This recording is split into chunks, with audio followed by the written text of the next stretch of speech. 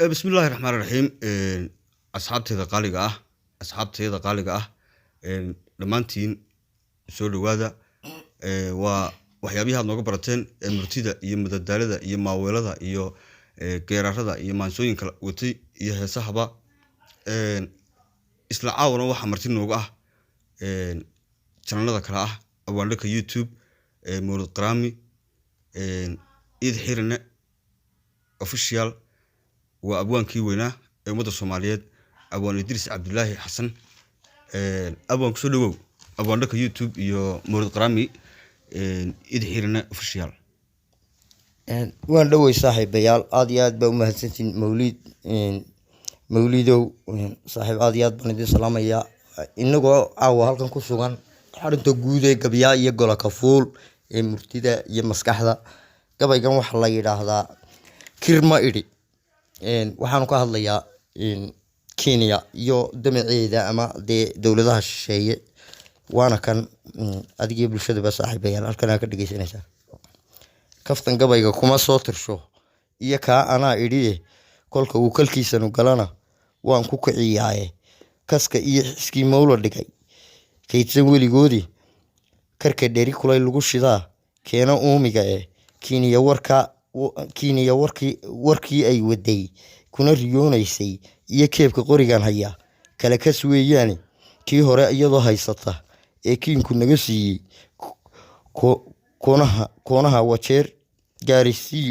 koonaha wajeer gaarisiyo kudada mooyaale koobihii nagayliye bannaan kaama iyo laamo koontiyada Mombasa ilaa gaarisiyo koone kulligeed dhul Soomaaliya oo kibirna loo qaatay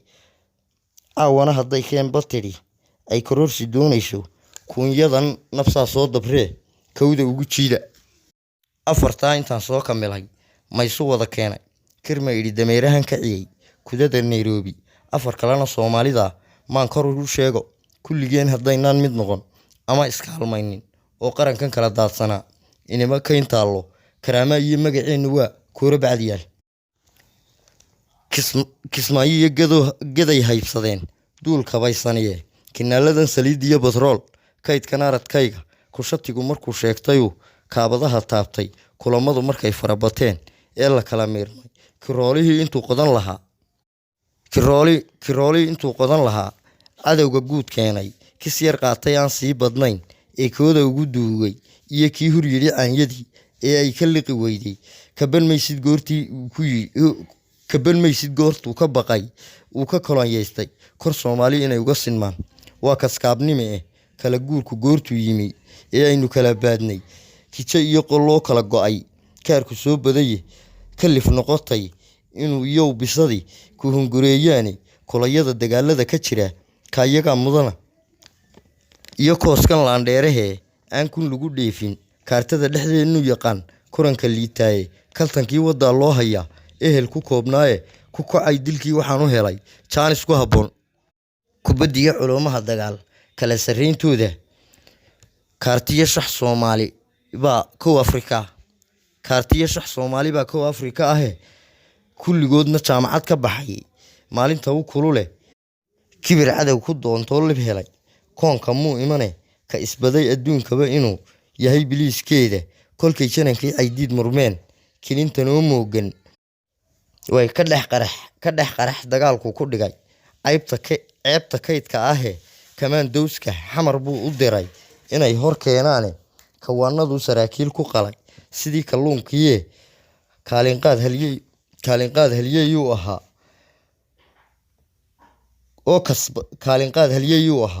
oo kasbaday guule korayuhu jannada ha uga furo kaalmaha u mudane kumanaan maryaha ciidan leh oo Kenyaatiya boqolkayga shacabkee hublihi way karsanayaan kamaan dowska dana baa qabqaban koor baqtiilaha koox harmacado ahba Keni baaqiga ka jirtiyo u geedaba milyan kooras lagu siiyay karti iyo Allah igu galaday geesiyaan kicine kalsooni leh intuu ii xulay iguna kaalmeeyay imikana waxaan hadal ku jaray ama ku soo koobay kulamadan horaan ugu saftay koob dagaal galaye kushatina hadday